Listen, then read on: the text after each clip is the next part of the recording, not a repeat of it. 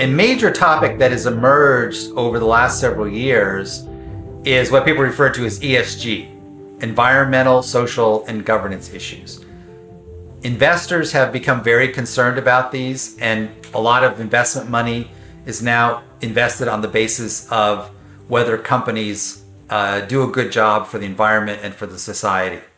And so it's important for executives to begin to think about these and how they can use the levers of environment and social to create shareholder value. And we find that when companies are creative and think hard, they can find ways that benefit both the shareholders over the long term, plus the environment and the society. We've found 5 ways that companies can create value using the ESG levers. One is top line growth. For example, there's a tremendous interest in sustainable products. Even the largest companies in the consumer package area have introduced sustainable products and found that consumers are willing to buy them, and the growth has been tremendous.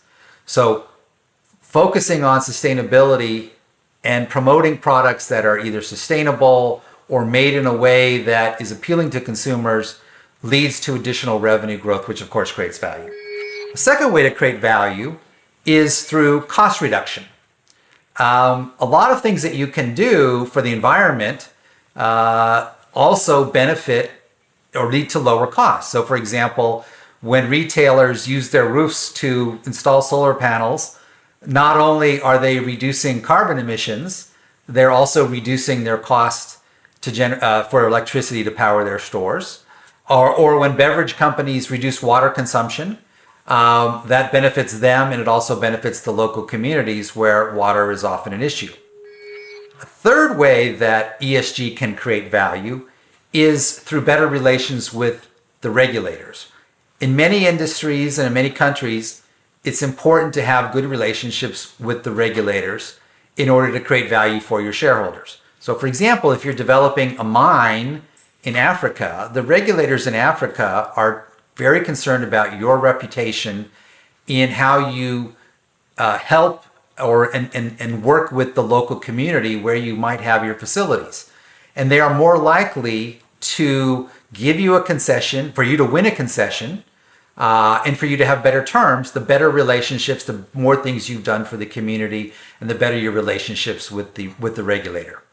A fourth area where companies can create value is through improved productivity. Research has shown that 80% of Gen Z employees are particularly concerned about their company that they work with has a purpose that they are excited about.